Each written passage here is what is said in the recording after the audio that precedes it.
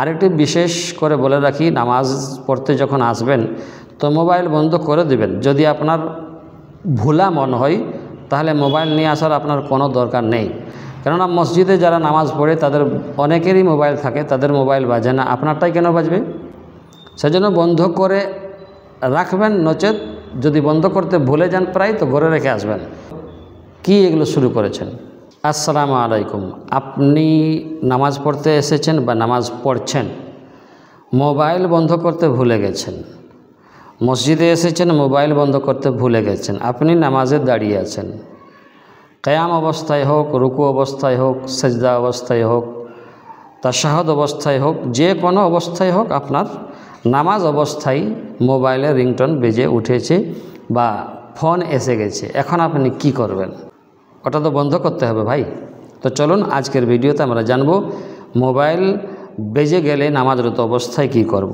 তো দেখুন, মোবাইল যদি আপনার বেজে যায় নামাজরত অবস্থায়, তাহলে সামান্য চেষ্টায় অর্থাৎ সামান্য প্রচেষ্টায় পকেটে রাখা মোবাইলটি পকেটে রাখা অবস্থায় এক হাত দিয়ে মোবাইল বন্ধ করা যদি যায় তাহলে বন্ধ করে দেবেন।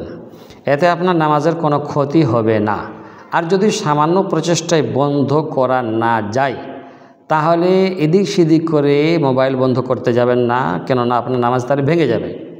এক হাত থেকে দুই হাত যেমনই ব্যবহার হবে তেমনি কিন্তু আপনার, আর এক হাতও যদি বেশি ব্যবহার হয় তাহলে নামাজ ভেঙে যাওয়ার আশঙ্কা থাকবে। তাই মোবাইল বাজা অবস্থাতেই আপনি নামাজ পূর্ণ করুন। এই অবস্থায় নামাজ ভেঙে মোবাইল বন্ধ করা জায়েজ নয়।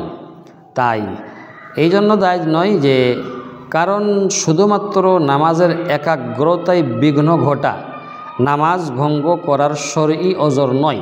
তাই মনে রাখতে হবে, নামাজ ভেঙে ওই মোবাইলটা বন্ধ করা যাবে না। নামাজে আছেন তো নামাজটা ওই অবস্থাতেই পূরণ করুন, যত ঘন্টি বাজছে বাজুক। ফতোয়ায়ে শামী 1 নম্বর খণ্ড 441 নম্বর পৃষ্ঠায় এটা লেখা আছে। এবার এখানে লেখা আছে, যদি কেউ অত্যাবশ্যক কারণ ছাড়া নামাজ ভঙ্গ করে তাহলে জায়েজ হবে না। সাপ মারা প্রাণী, হ্যাঁ না, সাপ মারা প্রাণী আপনার জেগে পালিয়ে যাওয়া ও হাড়ি উতলে খাদ্য নষ্ট হওয়ার নেই কারণে নামাজ ভঙ্গ করা যায়। এখানে বুঝিয়ে এলো যে ওগুলা ক্ষতি আশঙ্কা।